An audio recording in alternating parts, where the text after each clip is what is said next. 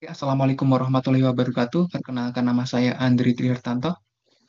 Saya di sini akan mempresentasikan tugas data mining dari Pak Nur Rohman karena kemarin tidak sempat dalam eh, berpresentasi di depan kelas.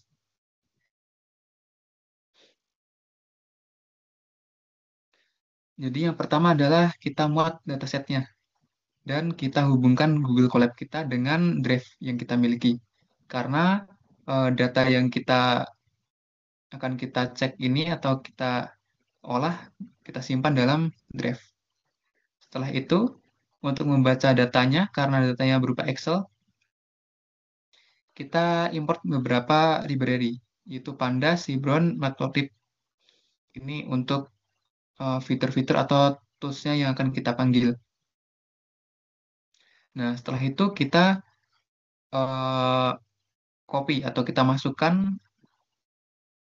eh, link atau alamat penyimpanan file yang akan kita olah dari Google Drive ke Google Colab. Nah, gunanya untuk apa? Gunanya untuk melihat isi datanya. Jadi datanya nanti ada berapa kolomnya, jenis datanya apa aja, dan apakah ada data yang kosong. Nah, kita lihat di data frame, 5 data frame pertama. Setelah itu kita cek apakah data kita ada yang bernilai nol atau kosong. Kita print data frame yang nol, kosong atau nol, yaitu hasilnya ada 4 data kosong, yaitu jenis kelamin, dan satu data kosong, yaitu umur. Nah, untuk membersihkan data kosong ini harus kita isi. Nah, umur, data frame umur ini kita isi dengan umur rata-rata. Lalu jenis kelamin karena ada beberapa atau ada pelanggan yang tidak menyertakan umurnya, maka kita beri nama rahasia saja di jenis kelaminnya. Lalu kita print apakah masih ada data yang nol atau kosong. Nah, hasilnya tidak ada data yang kosong. Lalu kita cek jumlah pelanggan tiap kota. Jadi data frame atau fitur data yang kita olah, kita hitung value count-nya. Nah, tertera bahwa kota Jakarta terdapat 60 pelanggan, Surabaya 31, Yogyakarta 30, Bandung 29. Lalu kita membuat kolom bulan transaksi pada fitur waktu. Nah, yang pertama kita buat data frame baru yang bernama bulan transaksi, di mana bulan transaksi pada eh, data kita itu berupa tanggal. Nah, kita ubah menjadi PD to date time yang akan dirubah menjadi mode atau bulan saja. Nah, hasilnya adalah bulan transaksi 11, 11, 11 atau di bulan November. Ditampilkan angka, yaitu 11. Lalu kita cek jumlah transaksi per bulan.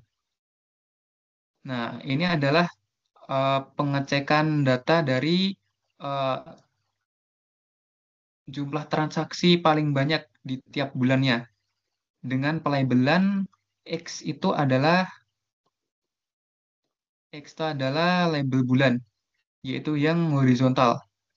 Bulan satu, bulan 2, bulan 3, 11, 12. Dan label Y adalah jumlah transaksi. Label Y, jumlah transaksinya. Sebelah kiri yang berdiri atau vertikal. Nah, pada grafik ini atau diagram batang, selisihnya tidak terlalu jauh, yaitu kisaran 27 sampai 34. Lalu kita buat kolom hari transaksi. Nah, kita buat kolom baru, yaitu hari transaksi. Nah, kembali kita ubah dengan date time. tanggal transaksinya dengan hari-hari atau waktu transaksi. Nah, kita bagi menjadi dua, yaitu weekend dan weekday, di mana kita mengaplikasikan atau apply lambda X di mana weekend jika X kurang dari sama dengan 5 dan X lebih dari sama dengan 5 adalah weekday. Nah, lambda ini fungsinya untuk memberikan perulangan di setiap hari-hari dalam belanja. Maka tampillah bulan transaksi dan hari transaksinya, di mana 5 data pertama itu adalah bulan transaksi di bulan November, hari transaksinya adalah weekday, weekday, weekend, weekend, dan weekday. Lalu kita konversikan untuk melihat data tersebut dalam bentuk diagram lingkar.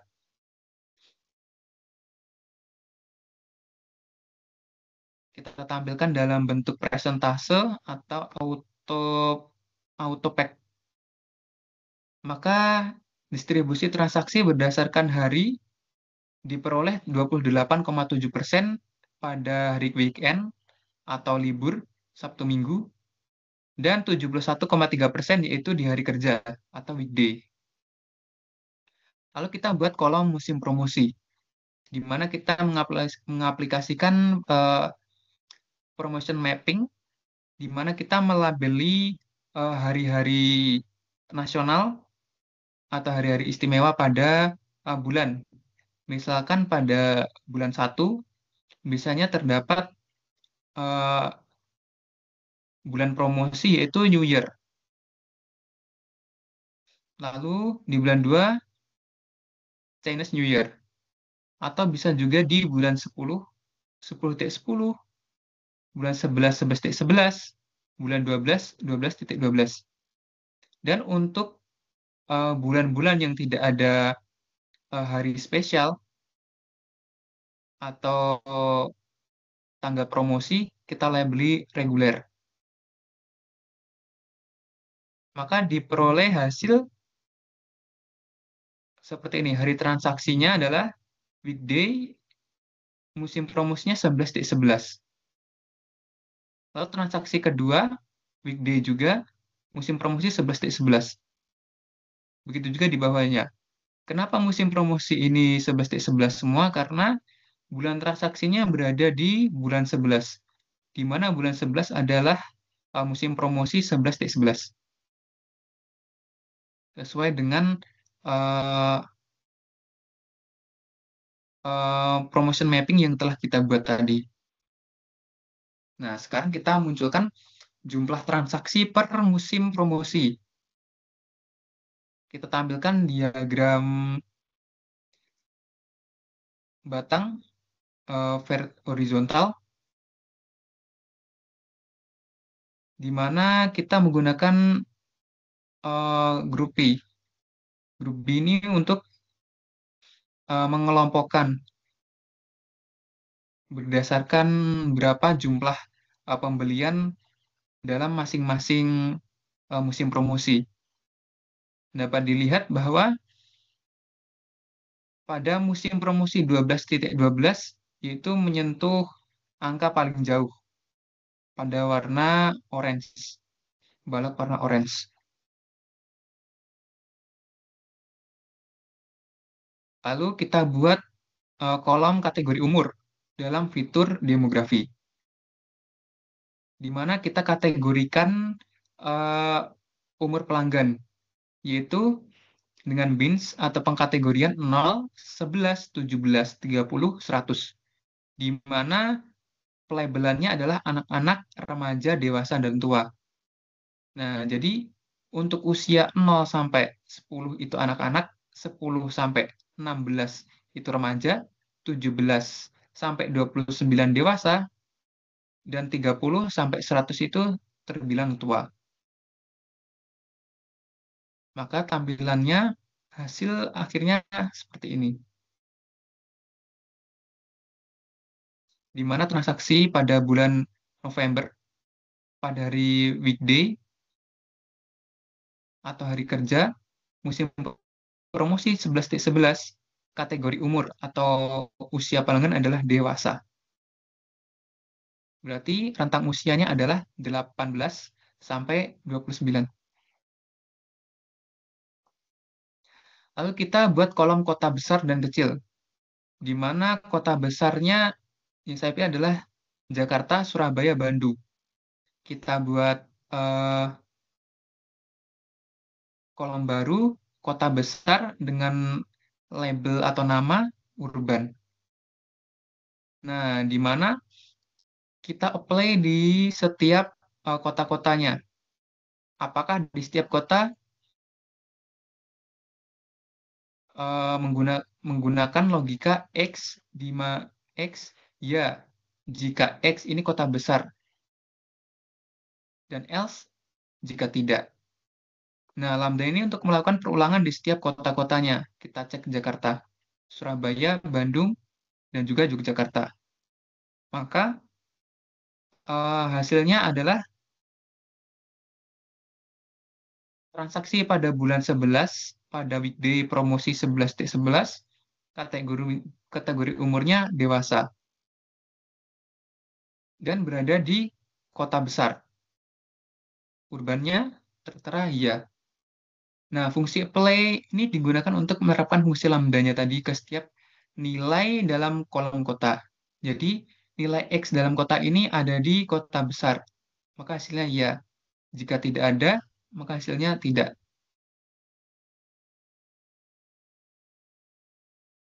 Lalu kita buat kolom nilai per item pada fitur perilaku belanja. Nah, kita buat kolom baru bernama nilai per transaksi. Nah, rumusnya adalah total transaksi dibagi jumlah item. Maka tampilannya adalah transaksi pertama di bulan 11, hari transaksinya weekday, musim promosi 11/11, kategori umur dewasa, berada di kota besar, nilai per transaksinya adalah 375.000. Dihitung dari total transaksi dibagi jumlah item. Lalu kita menghitung lama pengiriman. Nah, lama pengiriman ini kita ubah waktu pengiriman numerik menjadi uh, angka. Kalau kita lihat dalam datanya, maka waktu pengiriman itu terdapat 3 hari, 2 hari, 5 hari bahkan. Nah, di sini kita rubah menjadi kita ambil angkanya saja, jadi harinya dirubah. Misalkan bulan transaksi 11 atau November, hari transaksi weekday, promosi 11/11, nilai per transaksinya 375.000. Nah, waktu pengiriman ini adalah 2 hari dan tertera hanya 2.0. Keterangan harinya ditiadakan. Lalu kita mencari perbandingan penggunaan kartu kredit.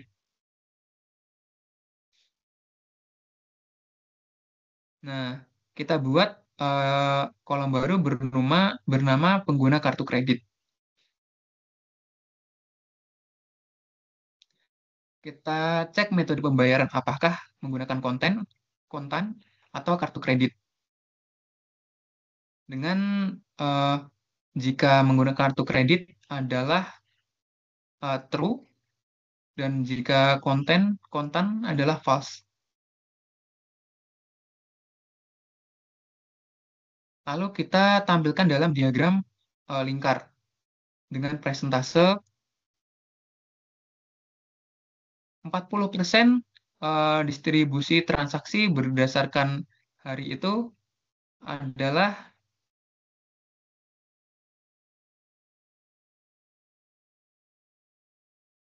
menggunakan kartu kredit, sementara 60% tidak menggunakan kartu kredit. Lalu kita masuk ke tahapan keempat, yaitu encoding kategorikal.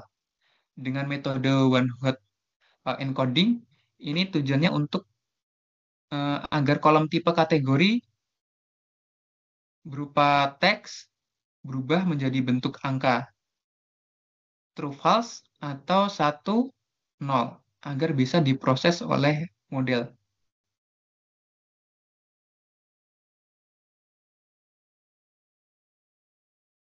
Selanjutnya kita label encoding. Untuk kota merubah nama dengan label angka. Nah, kita rubah nama-nama kota menjadi label angka. Tujuannya sama agar mudah diproses oleh model. Maka keterangannya adalah Jakarta itu 1, Surabaya 2, Surabaya lagi 2, Yogyakarta 3, Jakarta 1.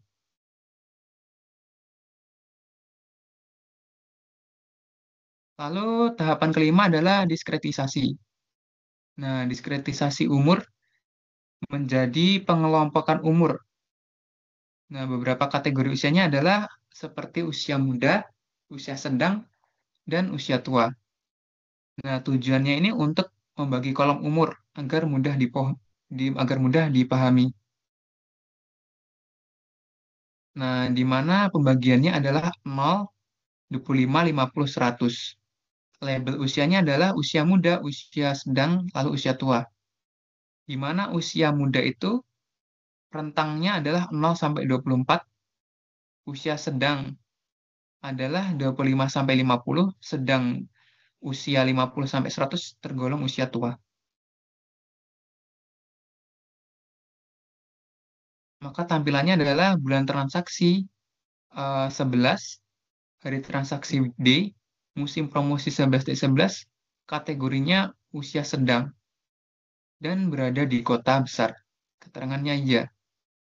Berarti si pelanggan ini rentang usianya yaitu di 25 sampai 50.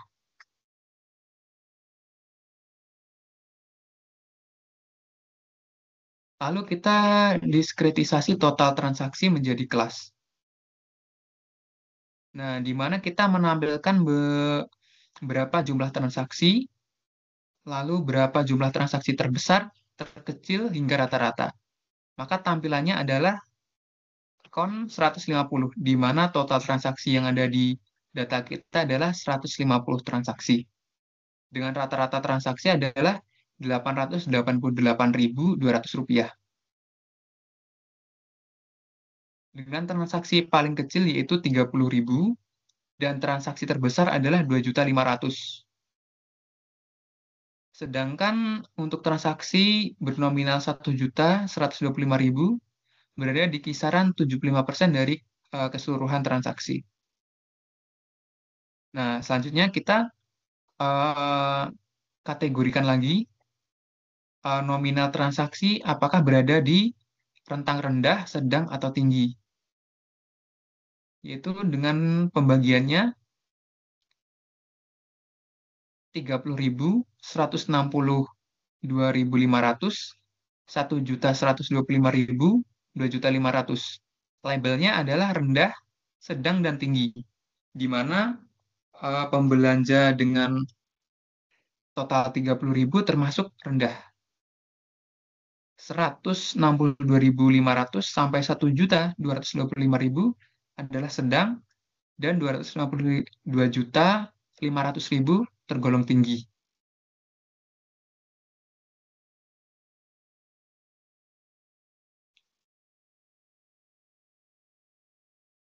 Maka tampilannya seperti ini.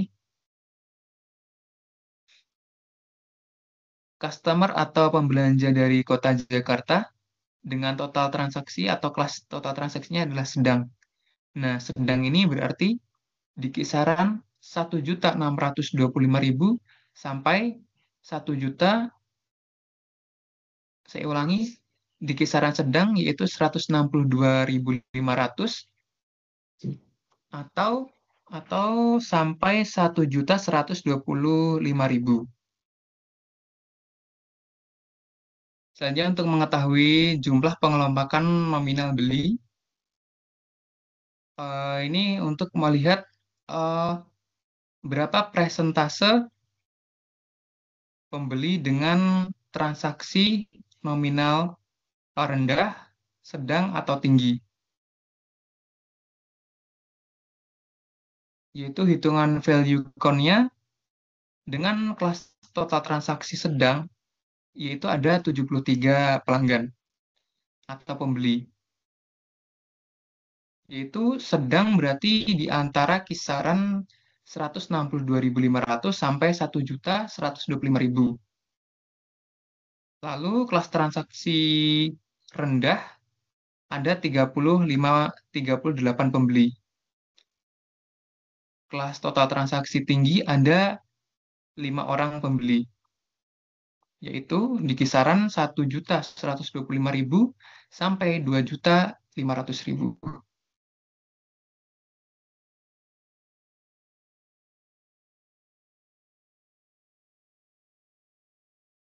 Lalu kita cek apakah ada pengaruh metode pembayaran terhadap kemungkinan terlewat.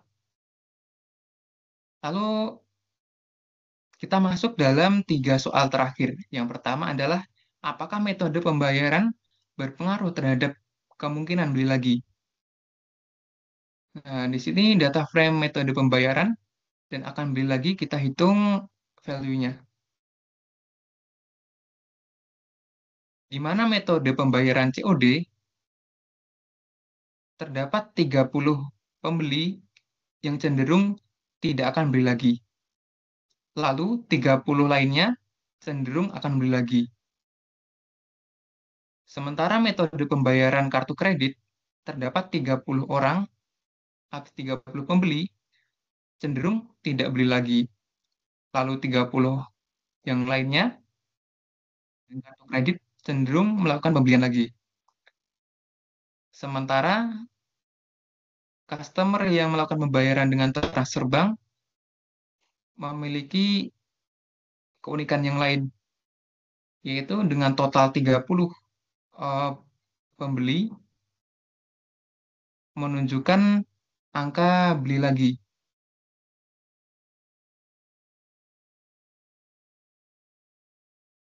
Lalu kita tampilkan dalam bentuk diagramnya, yaitu diagram batang, di mana label X itu adalah metode pembayaran, yaitu ada COD, kartu kredit, transfer bank. Lalu label Y adalah jumlah pembeli, di mana COD ini persentasenya adalah 50%, 50%, yaitu 30 orang cenderung membeli lagi, dan 30 orang cenderung untuk tidak membeli lagi setelah melakukan komplain. Begitu juga hasil yang dikeluarkan pada kartu kredit. Hal ini bertolak belakang dengan transfer bank.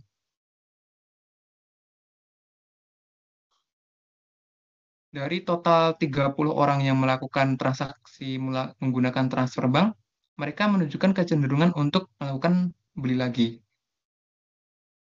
Nah, ini adalah hasil cross-tab yang sudah dinormalisasi per barisnya.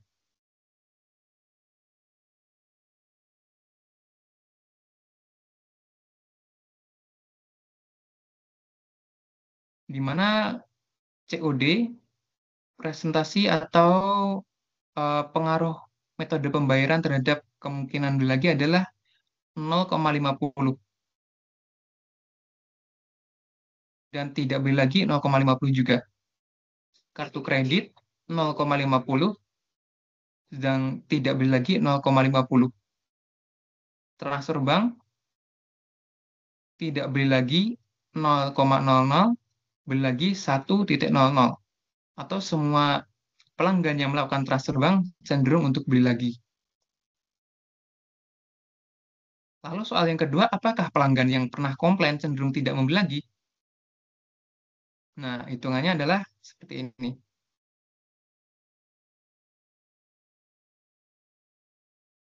Jadi terdapat 60 orang tidak akan beli lagi.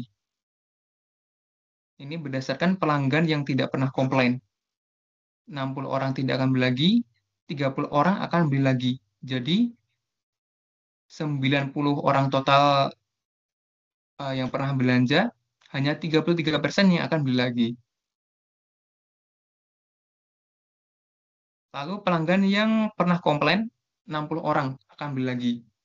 Tidak ada data pernah komplain tambah tidak beli lagi. Artinya semua yang pernah komplain justru cenderung melakukan atau ingin melakukan pembelian lagi. Lalu kita visualisasikan heat map atau bar chart dari komplain pelanggan yang akan membeli lagi.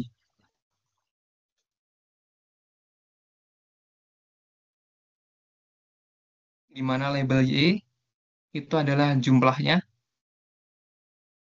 jumlah komplain. Lalu label X adalah yang pernah komplain.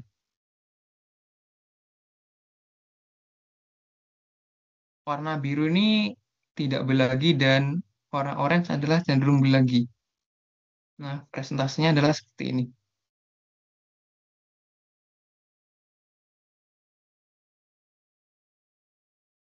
Customer yang pernah komplain kecenderungannya lebih tinggi untuk terus membeli. Sedangkan yang tidak pernah komplain, kecenderungannya lebih tinggi untuk tidak melakukan pembelian lagi. Lalu hasil cross tab yang sudah dinormalisasi untuk heat map atau bar chart dari komplain pelanggan yang akan beli lagi.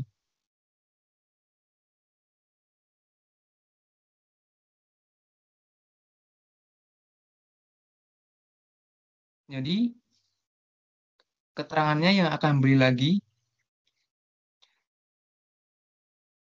0,67 cenderung tidak beli lagi. Sedangkan yang akan beli lagi adalah 0,33.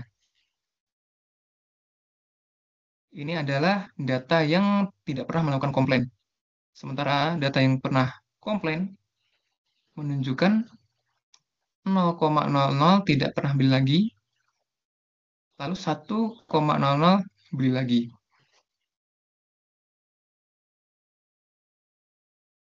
Lalu soal yang terakhir atau ketiga, apakah kategori produk tertentu lebih loyal? Nah, jawabannya adalah kategori produk elektronik 44 orang yang akan beli lagi. Sementara 29 orang yang pernah beli elektronik cenderung tidak beli lagi.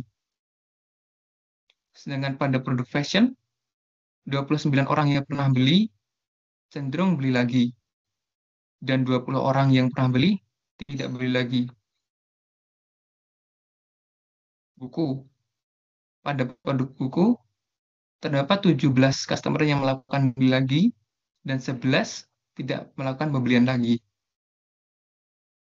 Lalu kita konversi menjadi atau kita tampilkan dalam diagram batang dengan pelabelan X, yaitu kategori produk buku elektronik fashion, dan label Y adalah jumlah transaksi. Diagram batang berwarna biru adalah kecenderungan untuk tidak beli lagi, dan orange adalah kecenderungan untuk kembali membeli. Jadi dari data ini, presentasenya adalah kecenderungan untuk membeli lagi tergantung produk yang dibeli lagi adalah jawabannya iya.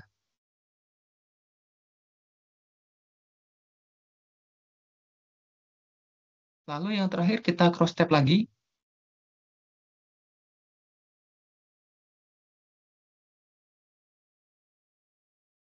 dengan label X akan beli lagi, yaitu yang bawah, dan Y adalah kategori produk, yaitu fashion, elektronik, dan buku.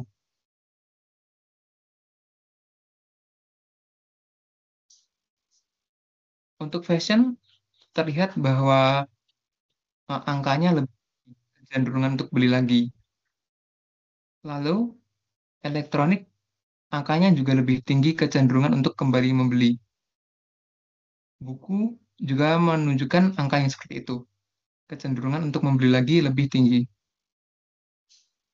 yaitu perbandingannya 0,39 dan 0,61. Jadi dalam presentase ini, buku memiliki proporsi tertinggi pelanggan yang lebih tinggi, yaitu 61%.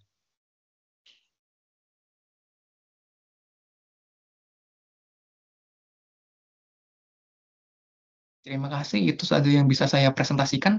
Kurang lebihnya saya mohon maaf. Wabillahi taufiq walhidayah. Wassalamualaikum warahmatullahi wabarakatuh.